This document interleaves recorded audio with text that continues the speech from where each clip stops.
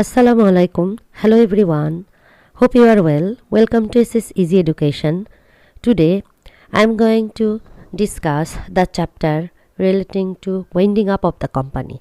And in this part we will discuss mainly definition of winding up, types of winding up, and from the types compulsory winding up, procedure of compulsory winding up, voluntary winding up, types of voluntary winding up, then procedure of member voluntary winding up and creditors voluntary winding up, then differences between the two and liquidator related matter, and the third types, that is winding up by the supervision of the court. So these are all about winding up of the company. So let's just start with the definition of the winding up of the company. Winding up, it is one kind of a method of putting an end of the life of the company. So as you know যে company আইন দ্বারা সৃষ্ট এবং কোম্পানির এই লাইফটা যদি আমরা শেষ করতে চাই তাহলে সেটা আইন দ্বারাই করতে হয়। তো সেজন্য বলছে দেখো প্রফেসর গাওয়ার, winding up of a company is the process whereby its life is ended and its property is administered for the benefit of its creditors and members. Professor গাওয়ার সুন্দরভাবে বলেছেন যে কোম্পানির এমন একটা প্রসেসের মধ্যে দিয়ে তার লাইফটা শেষ হয়ে যাবে, সেই প্রসেসটাই হচ্ছে উইন্ডিং আপ। এবং এই প্রসেসের মধ্যে কি করা হয়, প্রপার্টিটা ক্রেডিটর্স যারা রয়েছে বা মেম্বার যারা রয়েছে তাদের বেনিফিটে ভেস্টেড করা হয়, মানে অ্যাডমিনিস্টার করা হয় যে ঠিক আছে তাদের বেনিফিটে এটা দেওয়া হবে। And administrator called a liquidator is appointed, এবং এই কোম্পানির প্রপার্টি রেগুলেট করবার জন্য একজন লিকুইডেটর নিয়োগ দেওয়া হয়, যিনি অ্যাডমিনিস্ট্রেটর বা লিকুইডেটর, আসলে কোম্পানি আইনে তাকে লিকুইডেটরই বলা হয়। And he takes control of the company, collects its assets, pays its debts, and finally distributes any surplus among the members in accordance with their rights. এবং এই যে লিকুইডেটর থাকবেন, লিকুইডেটর কি করবেন, তো উনি বলছেন যে কোম্পানির যদি কোনো ঋণ থাকে তাহলে সেই ঋণ পরিশোধ করবেন এবং কোম্পানির উইন্ডিং আপকে ত্বরান্বিত করবেন। The company is not dissolved immediately at the commencement of the winding up. Its corporate status and power continues until it is formally and completely dissolved. তো কোম্পানি আসলে যখনই উইন্ডিং আপ ঘোষণা করবে তখনই যে কোম্পানি বিলুপ্ত হয়ে গেল তা কিন্তু না, এর কর্পোরেট এক্সিস্টেন্স থাকেই। তবে যখন এটা ফর্মালি একেবারে কমপ্লিটলি ডেস্ট্রয় হয়ে যাবে, মানে ডিজলভড হয়ে যাবে, ডেস্ট্রয় না অ্যাকচুয়ালি ডিজলভড, দেন আমরা বলবো যে উইন্ডিং আপ হয়েছে। So company আইন অনুযায়ী winding up three types: compulsory winding up by the court, voluntary winding up and winding up under the supervision of the court. তো প্রথমেই আমরা এক নাম্বারটা পড়ব types, compulsory winding up by the court. Compulsory winding up according to section 241 of the Companies Act, when a company goes to compulsory winding up, a company may be compulsorily wound up on the following grounds, namely, if the company has a special resolution resolved that the company be wound up, if the company fails to call statutory meeting or submit a statutory report in time, if a company fails to commence business within a year from its incorporation or suspend its business for a whole year, if the number of the members of the company is reduced in case of private company below 2 and in case of public limited company below 7, if the company is unable to pay its debt, if the court is of the opinion that it is just and equitable that the company should be wound up. So these are reasonable grounds when the company or why the company is wound up. তো এই ছয়টা কারণে কিন্তু company সাধারণত winding আপে যায় 241 নম্বর section অনুযায়ী। এখন জাস্ট অ্যান্ড ইকুইটেবল গ্রাউন্ডটাকে আমাদের একটু ব্যাখ্যা করতে হবে যে আসলে কোন কারণটিকে আমরা বলবো just and equitable ground for which the company should be wound up. এটা কেস ল দ্বারা প্রতিষ্ঠিত। What is just and equitable? It's a question of fact and therefore it's unwise to categorize the grounds on which the court decided a situation to be just and equitable, grounds on which just and equitable for winding up. And the following factors had been considered for past cases: deadlock, where there is a deadlock in the management of the company, then it is just unequitable to order winding up. And then loss of substratum. It is just equitable to winding up a company when its main object has failed to materialize or it has lost its substratum. মানে main বেসটাই যদি নষ্ট হয়ে যায়, carrying on business at losses. It is considered just unequitable to wind up a company when it cannot carry on its business except on losses. মানে যখন কোম্পানির কোনো রকম কোনো লাভই হচ্ছে না, মানে লসে কোম্পানি চলতেছে, ইন দ্যাট কেস বলা হচ্ছে যে just and equitable enough to winding up that company.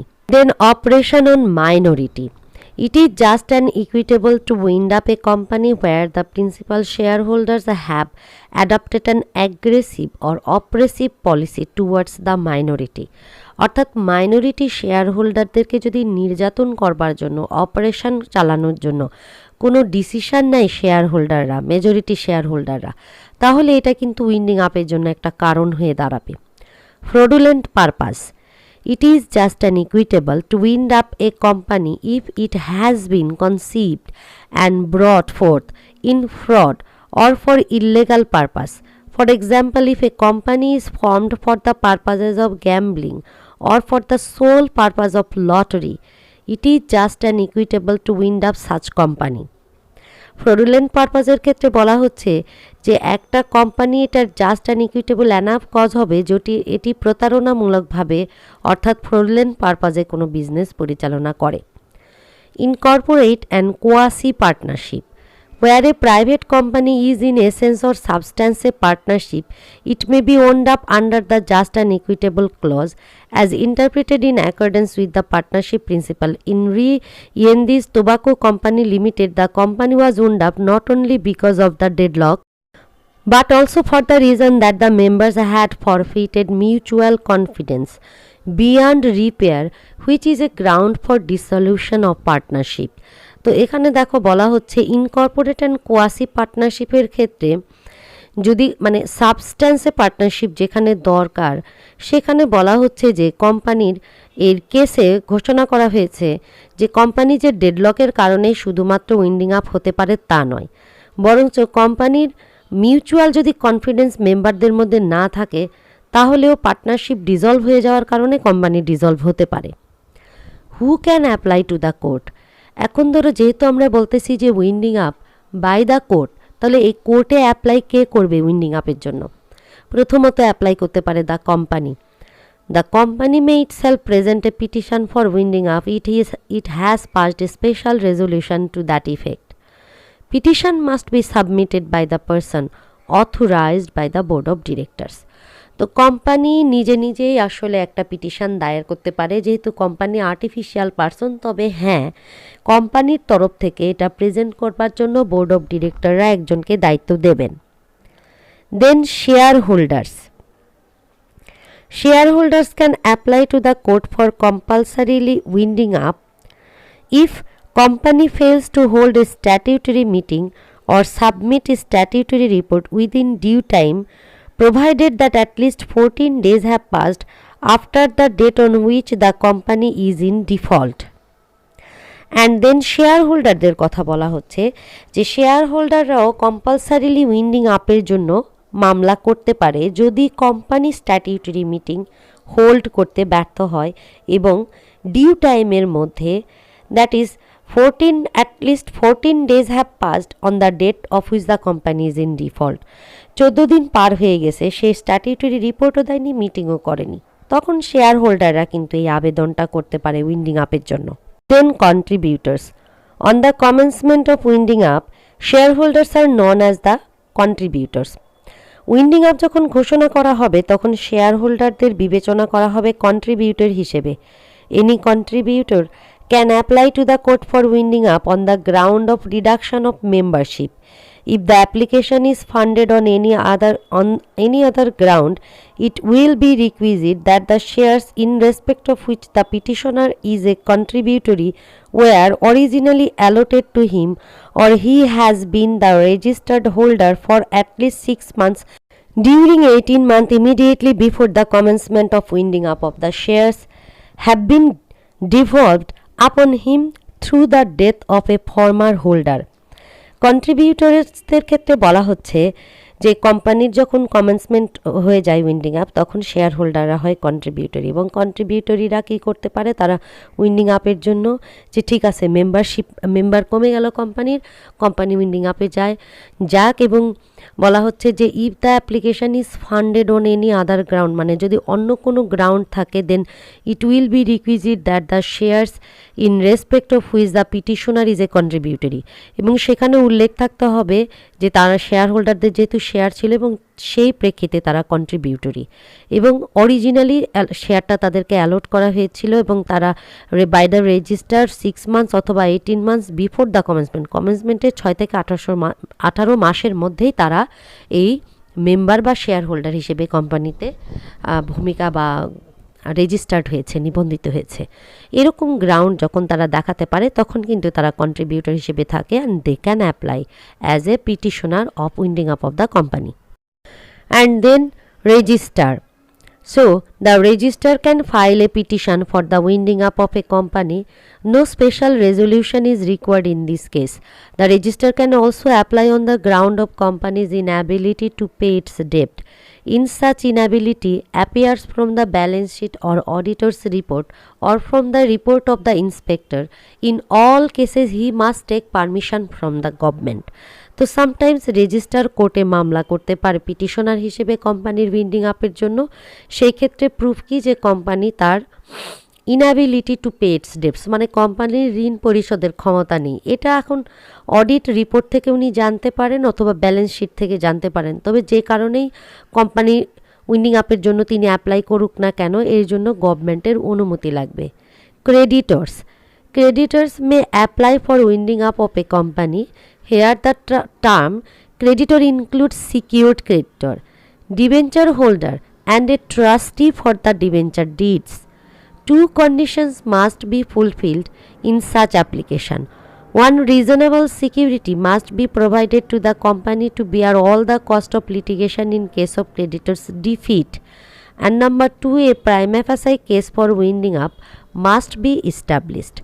অর্থাৎ অ্যাপ্লিকেশন দেখেই যেন বোঝা যায় যে না কোম্পানি উইন্ডিং আপে যেতে পারে এবং ক্রেডিটরদের সেটি প্রুভ করতে হবে সব ক্রেডিটর অ্যাপ্লাই করতে পারে না ক্রেডিটরদের মধ্যে যারা সিকিউরড ক্রেডিটর বা যারা ডিবেঞ্চার হোল্ডার রয়েছে অথবা যারা ডিবেঞ্চার ডিডস এর ট্রাস্টি তারাই কেবলমাত্র উইন্ডিং আপের জন্য মামলা করতে পারে তবে সিকিউরিটি প্রোভাইড করতে হবে দেন পাওয়ার্স অফ দ্য কোর্টের কি ক্ষমতা আছে যদি এরকম অ্যাপ্লিকেশন করে পিটিশনাররা তখন দেখো প্রথম পাওয়ার হচ্ছে 255 নম্বর সেকশন অনুযায়ী লিকুইডেটর অ্যাপয়েন্ট করে court power to dismiss petition adjourn hearing or to make interim order which it deems just under section 249 অনুযায়ী বলা হচ্ছে যে পিটিশন ডিসমিস করতে পারে হিয়ারিং অ্যাডজর্ন করতে পারে অথবা ইন্টারিম অর্ডার ইস্যু করতে পারে পাওয়ার to stay winding up proceeding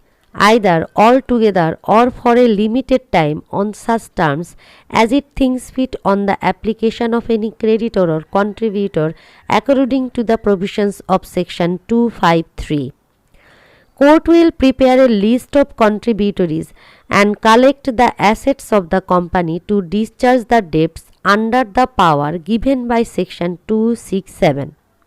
And court may require the contributories, trustees, receiver, agent, bank or officer to pay, deliver, surrender or transfer any money, property or document in his hand to the liquidator.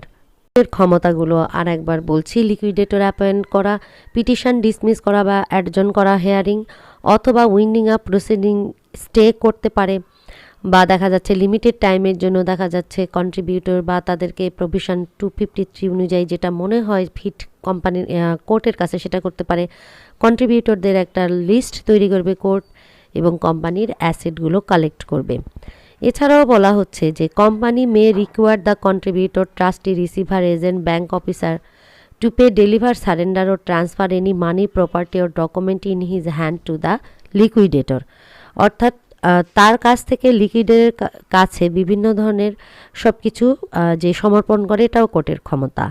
And then court may order payment of debts by contributory to make calls on the contributories to the extent of their liability.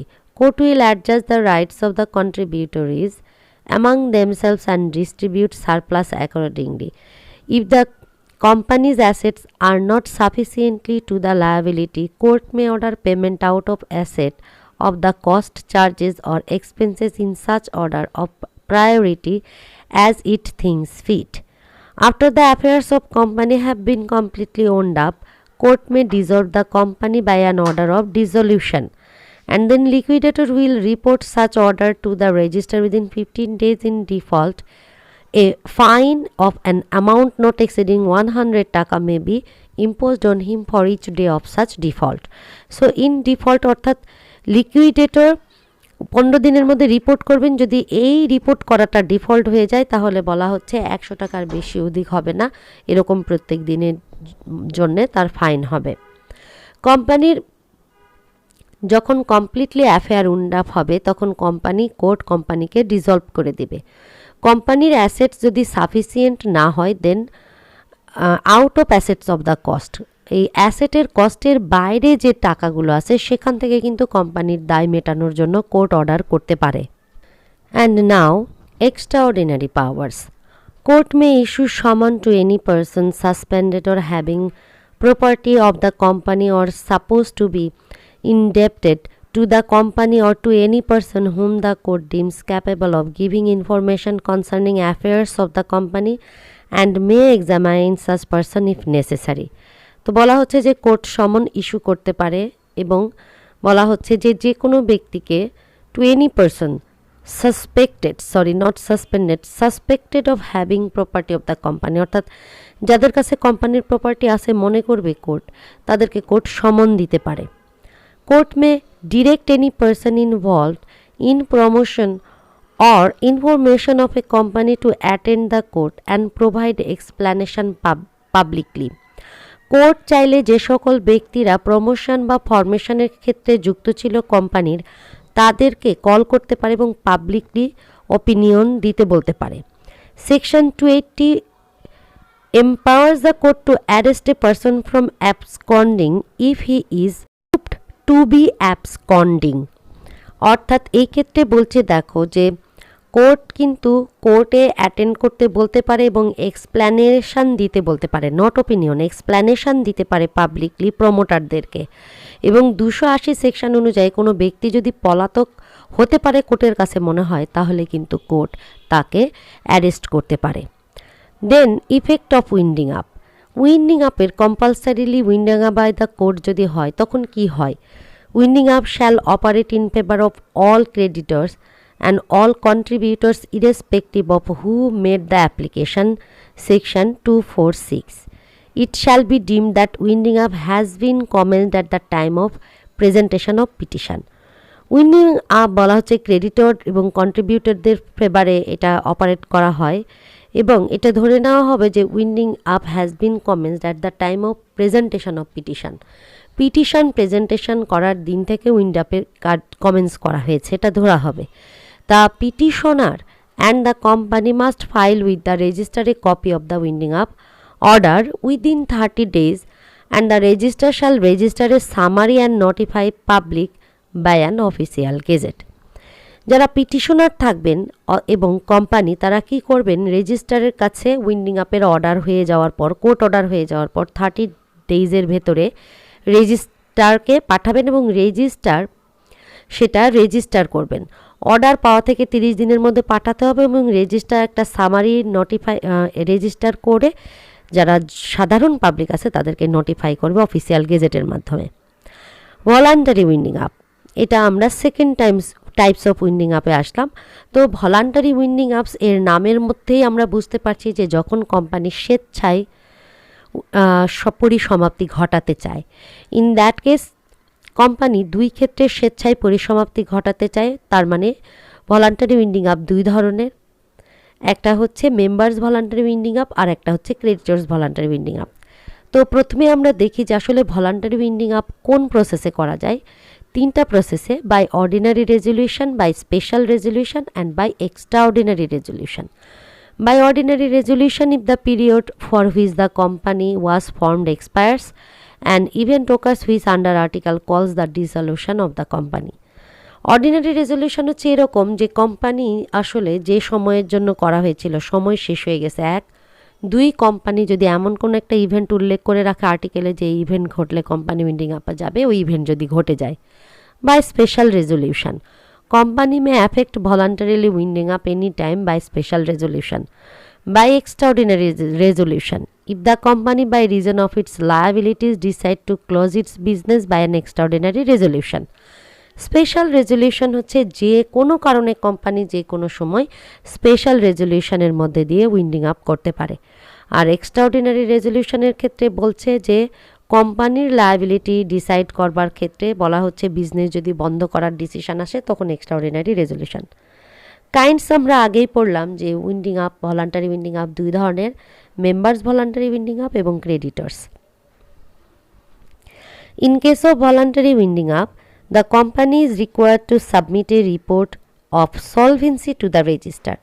এখন দেখো voluntary winding up কোম্পানিকে কিন্তু রেজিস্ট্রারের কাছে একটা সলভেন্সির একটা document statement দিতে হবে যে আমার কোম্পানি সলভেন্ট, সব দেনাদারকে আমরা পাওনা দিতে পারবো, আমাদের কোনো অভাব নেই, আমরা এরকম একটা সলভেন্সি স্টেটমেন্ট দেব।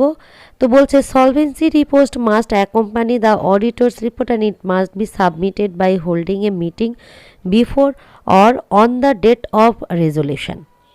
এরকম যখন আমরা ঘোষণা দেব সলভেন্সির, এই সলভেন্সি রিপোর্ট অডের সাথে আমাদেরকে অডিটরের রিপোর্ট দিতে হবে এবং অবশ্যই একটা মিটিং করে তারপর মিটিংয়ে রেজলিউশন পাস করার পরই কিন্তু আমরা এটা সাবমিট করতে পারবো। If the company can prove itself as solvent, the winding up will be members winding up. তো বলা হচ্ছে যে কোম্পানি যদি প্রুভ হয় যে না এটা সলভেন্ট কোম্পানি, দেন এটা কিন্তু মেম্বার্স উইন্ডিং আপ করতে পারে। But if the company is unable to submit solvency certificate, the winding up will be considered by as creditors winding up. কিন্তু সলভেন্সি যদি প্রুভ করতে না পারে সেই ক্ষেত্রে কিন্তু এই কোম্পানির উইন্ডিং আপ ধরে নেওয়া হবে this is creditors voluntarily winding up. So now আমরা মেম্বার্স ভলান্টারিলি উইন্ডিং আপটাও দেখব যে procedure. In case of member voluntarily winding up, voluntary winding up, the procedure is as follows. The company will pass a declaration of solvency and file such declaration with the registrar. A special resolution is to be passed to affect the voluntary winding up and the resolution must be notified by the Gazette. An official liquidator will be appointed to conduct the proceeding and the liquidator will call a meeting at the end of each year and submit a report of his activities, transactions and proceedings. As soon as the affairs of the company are fully wound up, liquidator will make up an account showing how the company has wound up and how the assets are disposed and place it before the members at final meeting. The copy of such account will be filed with the register for registration and on the expiry of 3 months of the company will be dissolved.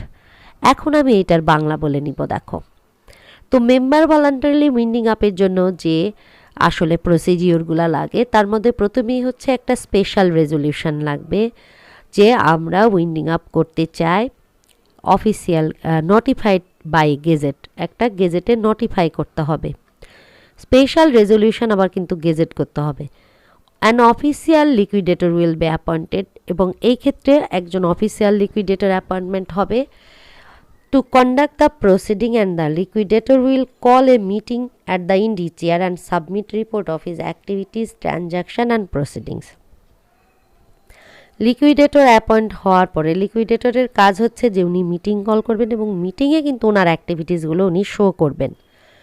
তো যখনই কোম্পানির সকল activities পুরোপুরি বন্ধ হয়ে যাবে, লিকুইডেটর কি করবে, যে কোম্পানি উইন্ডিং আপ হয়ে গেছে এবং এর অ্যাসেট সম্পূর্ণরূপে ডিসপোজড করা হয়েছে এবং ফাইনালদেরকে নিয়ে এইটা শোনানোর জন্য একটা ফাইনাল মিটিং কল করবেন, অর্থাৎ তিনি এগুলো এক্সপ্লেন করবেন, বলবেন। The copy of such account will B ফাইলড with the register, এবং ফাইনাল মিটিংয়ে ডিসিশন হয়ে যাওয়ার পরে ওই কপিটি রেজিস্টারের নিকটে প্রেরণ করবে, এবং register on the expiry of 3 months company will be dissolved. That is register অফিসে ফাইল করা থেকে 3 মাসের মধ্যে কোম্পানিটি একেবারে ডিসলভড হয়ে যাবে, তার মানে মেম্বার্স ভলান্টারিলি উইন্ডিং আপ হয়ে যাবে। নাও পরের part, procedure in case of creditors voluntary winding up এখন আমরা শুরু করছি। সেই ক্ষেত্রে দেখো বলা হচ্ছে the company will pass a special resolution to affect the creditors voluntary winding up. On the day of resolution or on following day, the creditors will have a meeting held by advertisement and receive the statement given by the directors stating the financial position of the company. তো যেদিন resolution pass করা হবে সেই দিন হতে পারে অথবা তার পরের দিন, ফলোয়িং ডের কথা বলা হচ্ছে, ক্রেডিটররা নিজেদের মধ্যে একটা মিটিং করবেন এবং বলা হচ্ছে যে তারা ডিরেক্টরের কাছ থেকে কোম্পানির ফাইন্যান্সিয়াল পজিশন সংক্রান্ত যাবতীয় কাগজপত্রগুলো গ্রহণ করবেন। Creditors will appointed an official liquidator and objection of the company will be considered in such appointment. Creditor কিন্তু এখানে লিকুইডেটর অ্যাপয়েন্টমেন্ট দিবে, এবং এই ক্ষেত্রে কোম্পানির যদি কাউকে নিয়ে অবজেকশন থাকে অ্যাজ লিকুইডেটর সেটা কিন্তু তারা গুরুত্ব দিবে। এ 5 members inspection committee will be appointed in respect of the proceeding. 5 জন মেম্বারের সমন্বয়ে বলা হচ্ছে একটা ইন্সপেকশন কমিটি গঠন করা হবে, তারা ইন্সপেক্ট করবে, পুরা প্রসিডিংটা তত্ত্বাবধান করবে। The liquidator will call an annual general meeting of the company and the creditors at the end of each year to give account, এবং লিকুইডেটর নিয়ম অনুযায়ী অ্যানুয়াল জেনারেল মিটিং কল করবেন প্রত্যেক বছরে, এবং তিনি ক্রেডিটরদের কাছে এবং কোম্পানির মিটিংয়ে কোম্পানির যে হিসাব নিকাশগুলো রয়েছে সব উত্থাপন করবেন। After all affairs are complete, a final meeting will be held and a return of liquidators account will be register with the register. So সব অ্যাফেয়ার্স যখন শেষ হয়ে যাবে তখন একটা ফাইনাল মিটিং কল করা হবে, এবং সেখানে লিকুইডেটর বলা হচ্ছে যে he will be registered with the registered. Liquidators যে অ্যাকাউন্টটা সেন্ড করবেন বা পাঠাবেন রেজিস্টারের নিকট, সেটা রেজিস্টার আবার নিবন্ধন করে রেখে দিবেন। After the expiry of 3 months the company will be dissolved, এবং 3 মাস অতিবাহিত হয়ে যাওয়ার সাথে সাথেই কোম্পানি পুরোপুরি ডিসলভ হয়ে যাবে। তো these are the procedure in case of creditors voluntary winding up according to the companies act 1994। Then winding up under the supervision of the court, 3 number category winding up. In case of voluntarily winding up, court may make order that the liquidation process shall continue under the supervision of the court. In such case, court can remove the liquidator or can make the liquidator act according to the directions of the court.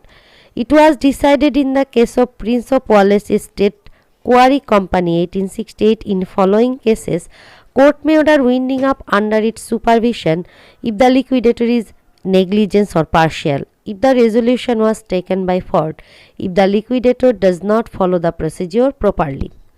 তো আসলে winding up under the supervision of the court হচ্ছে এটা দুইটা যে আমরা types পড়লাম তার থেকে একটু বাইরে অন্যরকম, এবং সেই ক্ষেত্রে বলা হচ্ছে দেখো যে কোম্পানির কিন্তু উইন্ডিং আপ প্রসেসটা চলবেই। কোর্ট অর্ডার করতে পারে যে ঠিক আছে লিকুইডেশন যে প্রসেসটা চলছে সেটা কোর্টের সুপারভিশনে চলবে।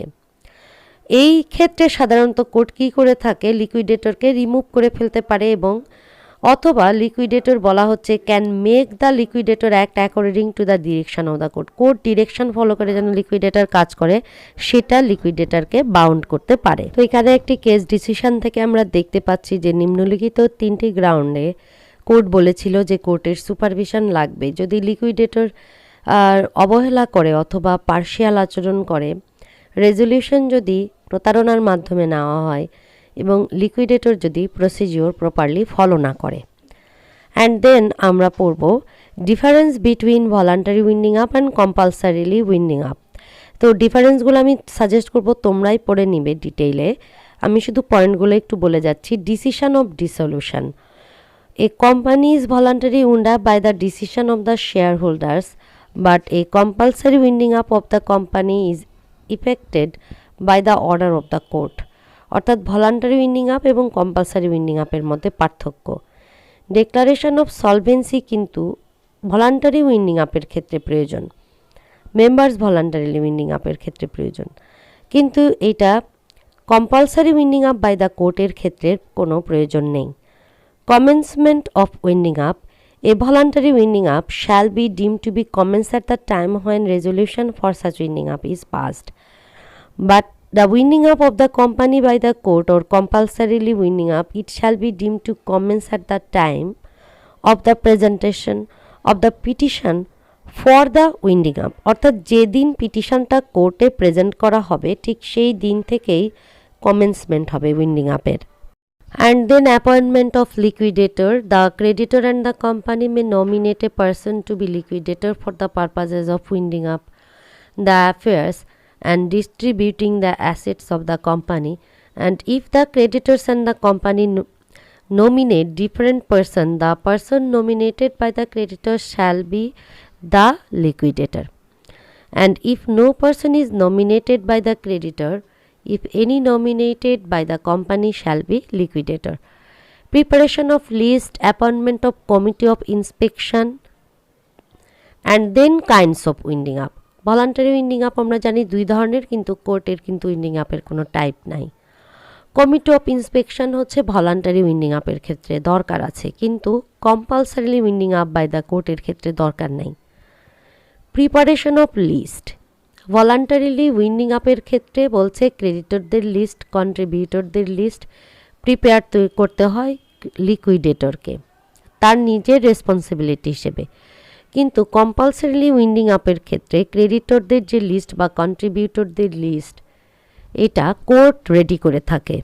Submission of documents and actual time of dissolution, submission of ডকুমেন্টসের ক্ষেত্রে ভলান্টারি যে উইন্ডিং আপে যে সিস্টেম সেখানে বলা হচ্ছে the liquidator submit necessary document like account, return etcetera before the meetings of the creditors and share holders, but in case of compulsorily winding up system, necessary documents are required to be submitted before the court. Actual time of dissolution, in case of voluntarily winding up, the actual or final dissolution of a company is completed after 90 days of submission of the return and of account of dissolutions to the register. But in a compulsorily winding up, when the court declares the winding up of the company, it loses its legal entity. So these are all the differences between voluntarily winding up and the winding up and compulsorily winding up by the court. Then difference between members voluntarily winding up and the creditors voluntarily winding up. Here first one is declaration of solvency. আমরা জানি যে members voluntarily winding আপে solvency declaration দরকার পড়লেও creditors voluntarily winding আপে দরকার নাই। Circumstances of winding up, generally members voluntarily winding up occurs if any fixed duration of company expires by resolution passed by the company when the company cannot carry its business and it's advisable winding up. But creditors voluntarily winding up is completed on the application of the creditors of the company. It is generally happens when the company fails to meeting the claims of the creditors. As to the meeting in case of members voluntarily winding up, it is not necessary to call meeting for creditors. It is enough to call a meeting of the members to pass an ordinary or special resolution for the winding up of the company. On the other hand, in a creditors voluntarily winding up, a meeting of creditors is required to call either on the same day or the day next to the day when the company passes a resolution for voluntarily winding up. Appointment of committee of inspection. In a members voluntarily winding up, there is no committee of inspection, but in a creditors voluntarily winding up, the creditors may appoint a committee of inspection at the meeting of creditors under section 300. So committee of ইন্সপেকশনের ক্ষেত্রে বলছে যে members voluntarily winding আপে committee of inspection থাকে না, কিন্তু creditors voluntarily winding আপের ক্ষেত্রে ক্রেডিটর্সরা কমিটি অফ ইন্সপেকশন অ্যাপয়েন্ট করতে পারেন। Appointment of liquidator, members voluntarily winding আপের ক্ষেত্রে লিকুইডেটর জেনারেল মিটিংয়ে অ্যাপয়েন্টেড হয়, but creditors voluntarily winding up a member and the creditor nominate a person to be a liquidator. If the creditor and company nominee two different person, then person nominated by the creditor shall be the liquidator. তো মেম্বারদের voluntarily winding আপে বলছে যে general মিটিংয়ে লিকুইডেটর appoint করা হয়, আর ক্রেডিটরদের voluntary winding আপের ক্ষেত্রে ক্রেডিটররা একজন পার্সনকে নমিনি করে লিকুইডেটর হিসেবে। তবে হ্যাঁ, যদি কোম্পানি একজনকে মনোনীত করে আর ক্রেডিটর একজনকে মনোনীত করে আর দুজন ডিফারেন্ট পার্সন হয়, তাহলে ক্রেডিটরের মনোনীত ব্যক্তি লিকুইডেটর হবেন। Exercise of the power by the liquidator.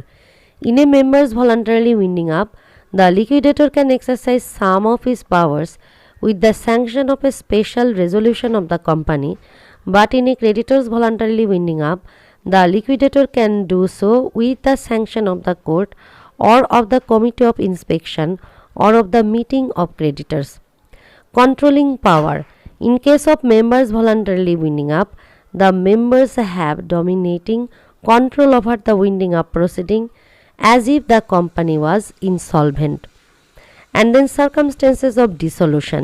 In case of members voluntarily winding up, the proceeding is completed, but in case of creditors voluntarily winding up, the company is generally not solvent.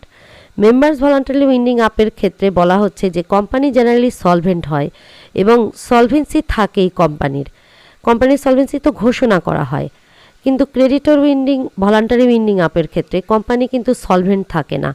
However, one thing must be kept in mind that declaration of the solvency by the director is the core point to declare whether a winding up proceeding is members or creditor. তার মানে company solvent কি solvent না এই ঘোষণাটা আসাই কিন্তু এর অন্যতম প্রধান পার্থক্যের বিষয়, যে আমাদের এই উইন্ডিং আপটা ক্রেডিটরদের দ্বারা হচ্ছে না মেম্বারদের দ্বারা হচ্ছে। Even in case of a solvent company, it may be considered as creditors voluntarily winding up if there is no declaration of solvency by the director. Declaration of solvency না থাকলেই ধরে নেওয়া হবে যে ক্রেডিটরদের দ্বারা winding up. And then liquidator. The company in general meeting shall appoint one or more liquidators for the purposes of winding up. On the appointment of liquidator, all the powers of the directors shall cease, except so far as the company in general meeting or the liquidator sanctions the continuance thereof. কোম্পানির কিন্তু general মিটিংয়ে যদি decision হয় winding আপের, তাহলে ওই general মিটিংয়ে ডিরেক্টরের যাবতীয় ক্ষমতা সিজ করে নেওয়া হয় এবং সেই ক্ষমতা লিকুইডেটরের হাতে অর্পণ করা হয়। For the purposes of conducting the proceeding of winding up a company and performing such duties in reference thereto as the court may impose, the court may appoint a person or persons to be called an official liquidator. Court একজন ব্যক্তিকে official লিকুইডেটর হিসেবে appointment দিতে পারেন। The court May make an such appointment provisionally at any time after the presentation of a petition and before the making of an order for winding up, but shall before making any such appointment give notice to the company unless for reasons to be recorded it thinks fit to dispense with such notice. এবং court কি করতে পারে, provisionally এই appointment করতে পারে after the presentation of a petition and before the making of an order for winding up. Petition প্রেজেন্টেশনের পর এবং উইন্ডিং আপের ঘোষণা হওয়ার আগেই কিন্তু এই অ্যাপয়েন্টমেন্ট প্রভিশনালি হতে পারে। But before making any such appointment, give notice to the company unless for reasons to be recorded. Then, if more persons than one are appointed to be office or official liquidator, the court shall declare whether any act by these act required or authorized be done by the official liquidator is to be given by any official liquidator or on his appointment. তো বলছে যে যদি একাধিক ব্যক্তিকে লিকুইডেটর হিসেবে appointment দেওয়া হয়, তাহলে যে কার্যের দ্বারা অর্থাৎ অথরাইজড যে অফিসিয়াল লিকুইডেটরকে অথরাইজড করা হয়েছে এবং তিনি অথরাইজেশনের বলে কোনো কাজ করেছেন, তো সেই ক্ষেত্রে বলা হচ্ছে যে তাকে কোর্ট তার অ্যাপয়েন্টমেন্টটা গ্রহণ করবেন। Court may determine whether any and what security is to be given by any official liquidator. Security কি লাগবে এটা কিন্তু কোর্ট ডিটারমাইন করবে on his appointment. The acts of an official liquidator shall be valid notwithstanding any defects that may afterwards be discovered in his appointment, provided that nothing in subsection shall deemed to give validity to act done by an official liquidator after his appointment has been shown to be invalid. তবে তার appointment যদি invalid show করা হয় তাহলে কিন্তু আর কোনো কিছুই করার থাকবে না। তোমাদের যদি কোনো কোশ্চেন থাকে তাহলে প্লিজ তোমরা কমেন্টস সেকশনে কমেন্টস বক্সে লিখো, আমি তোমাদের অ্যান্সার করার চেষ্টা করব। শিটে টুকটাক কোনো কিছু ভুল থাকতে পারে, আমি তোমাদেরকে ডেসক্রিপশনে যে বইটা বলছি সেই বইটা তোমাদের পাশে থাকলেই সেই ভুলগুলো তোমরা বই দেখে কারেকশান করে নিবে। এটা জাস্ট তোমাদের জন্য কিন্তু একটা হেল্পিং গাইড স্বরূপ, এটাকে এই বই ভেবে নিও না। Okay, so that's all for today's class. Meet you soon ইনশাল্লাহ। Be safe. আল্লাহ হাফেজ।